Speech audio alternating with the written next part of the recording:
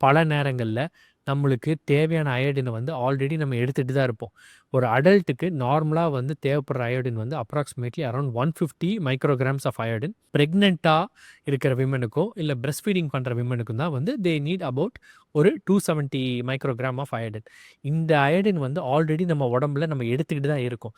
அப்ப ஏன் நம்ம அந்த தைராய்டு ஹார்மோன் இன்னும் கம்மியா இருக்கு அப்படின்னு பார்க்கும்போது, அந்த தைராய்டு கிளாண்ட் வந்து இருக்கிற அயோடினை ப்ராப்பரா, எஃபிஷியன்ட்டா அதனால வந்து யூஸ் பண்ணி தைராய்டு ஹார்மோன் ப்ரொடியூஸ் பண்ண முடியல அப்படிங்கிறது தான் ப்ராப்ளம்.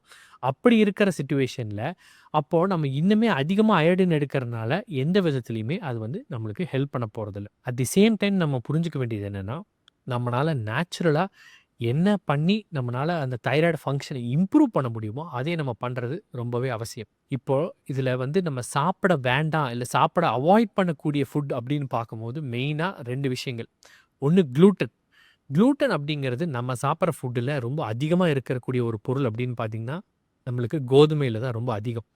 ஸோ அதை வந்து கம்ப்ளீட்டா அவாய்ட் பண்றதுங்கிறது பல நேரங்கள்ல கஷ்டம். பட் ஸ்டில் நம்மனால வந்து அந்த கோதுமை அந்த குளூட்டன் வந்து கொஞ்சம் நம்ம டயட்ல குறைக்க முடிஞ்சதுனாலே, தட் இஸ் வெரி ஹெல்ப்ஃபுல். முடிஞ்ச அளவுக்கு எடுக்காம இருக்கணும் அப்படிங்கிற ஒரு ஃபுட் அப்படின்னு பார்த்தீங்கன்னா, மரவள்ளி கிழங்கு. அந்த மரவள்ளி கிழங்குல சிப்ஸ் வரும். இல்ல அது மாவா போட்டு சில இடத்துல வந்து அந்த சப்பாத்தி மாரியெல்லாம் கூட போட்டு குடுப்பாங்க. அந்த மரவள்ளி கிழங்க முடிஞ்ச அளவுக்கு நம்ம அவாய்ட் பண்றது ரொம்பவே அவசியம். ஓகே. இந்த மரவள்ளிக்கிழங்கு ஏன் நம்ம அவாய்ட் பண்ணணும்னு பார்க்கும்போது, இது என்ன பண்ணும்னா, இந்த தைராய்டு ஹார்மோன் புரொடக்ஷன வந்து இது ஸ்லோ டவுன் பண்ண ஆரம்பிச்சுரும். ஸோ, இது ஜென்ரலாவே மரவள்ளிக்கிழங்க ஒழுங்கா சமைக்காம சாப்பிட்டோம்னா, அதிலிருந்து வரக்கூடிய டாக்சின்ஸ் அப்படிங்கிறதே கொஞ்சம் ஹார்ம்ஃபுல் தான்.